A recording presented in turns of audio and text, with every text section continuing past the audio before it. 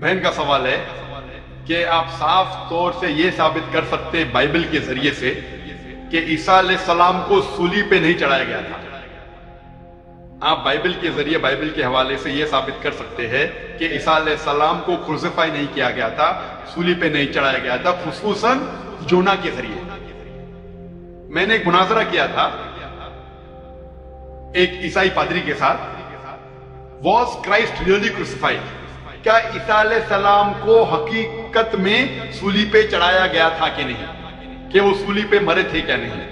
اور یہ لفظ جو کروسیفائی ہے، کروسیفکشن FIXION کے معنی ہے کہ انسان کو جب سولی پہ چڑھایا جاتا ہے اور انسان مر جاتا ہے اسے کہتے ہیں کروسیفکشن، CRUCIFIXION۔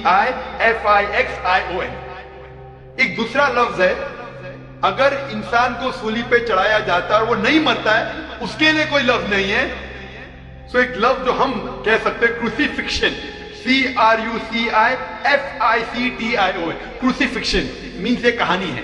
تو بہن کا سوال ہے کیا بائبل کے ذریعے یہ ثابت کر سکتے کہ عیسیٰ علیہ السلام کو سولی پہ چڑھایا نہیں گیا تھا اور وہ سولی پہ نہیں مرے، خصوصاً یونس علیہ السلام کے حوالے سے؟ کئی بائبل میں ورسز ہے جس سے یہ ثابت کیا جا سکتا ہے کہ عیسیٰ علیہ السلام کو سولی پہ نہیں چڑھایا گیا تھا۔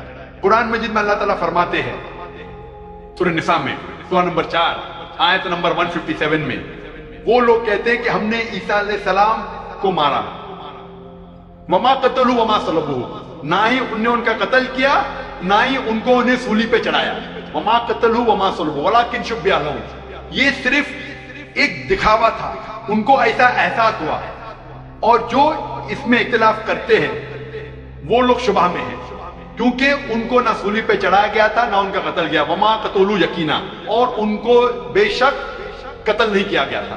تو قرآن مجید میں صاف طور پہ کہا گیا ہے کہ عیسیٰ علیہ السلام کو نہ قتل کیا گیا نہ سولی پہ چڑھایا گیا تھا، یہ صرف ان کو لگا، اور جو کوئی اس میں اختلاف کرتا ہے وہ شبہ میں ہے، ولیکن شبہ لهم، کیونکہ عیسیٰ علیہ السلام کو نہ سولی پہ چڑھایا گیا نہ قتل کیا گیا۔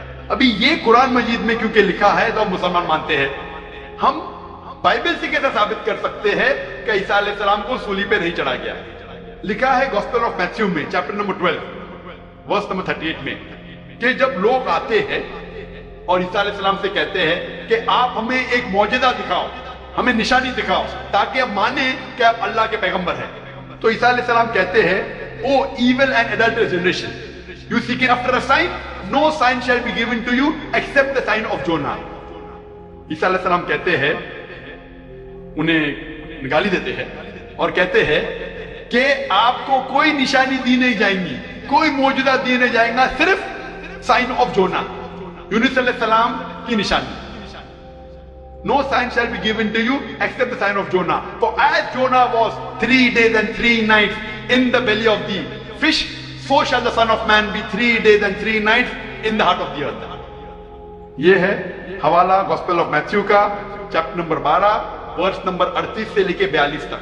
عیسیٰ علیہ السلام کہتے کہ تمہیں کوئی نشانی نہیں دی جائیں گی، صرف نشانی یونس علیہ السلام کی۔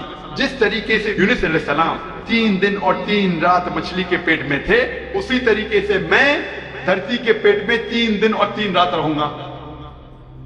ابھی ہمیں جاننے کے لیے کہ سائن آف جونا کیا ہے، یونس علیہ السلام کی نشانی کیا ہے، ہمیں جاننا پڑے گا دا بک آف جونا۔ ایک بائبل میں کتاب ہے جس کا نام ہے جونا، یونس علیہ السلام۔ یہ کتاب صرف 2 پیج کی ہے، یہ بہت چھوٹی کتاب ہے بائبل میں۔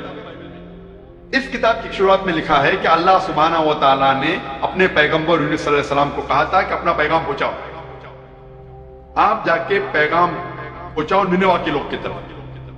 یونس علیہ السلام بائبل کے مطابق کہتے ہیں وہ ڈرتے ہیں کہ یہ لوگ کیا پیغام سمجھ پائیں گے، اسی لیے نینوہ جانے کے بدلے وہ ایک کشتی میں سوار ہوتے جوپا کی طرف۔ اور اس وقت ایک سپرسٹیشن تھا، سپرسٹیشن مطلب اندھ وشواس تھا کہ اگر کوئی اپنے مالک کا کہنا نہیں مانتا اور مالک کی نافرمانی کرتا ہے تو ایک سٹارم آ جاتا ہے، سی میں، دریا میں ایک سٹارم آتا ہے، تو سٹارم آنے کی وجہ سے لوگ کہتے ہیں کہ ہم میں سے کسی ایک نے اپنے مالک کی بات نہیں مانی۔ یہ سب لکھا ہے بائبل میں بک آف جونا میں۔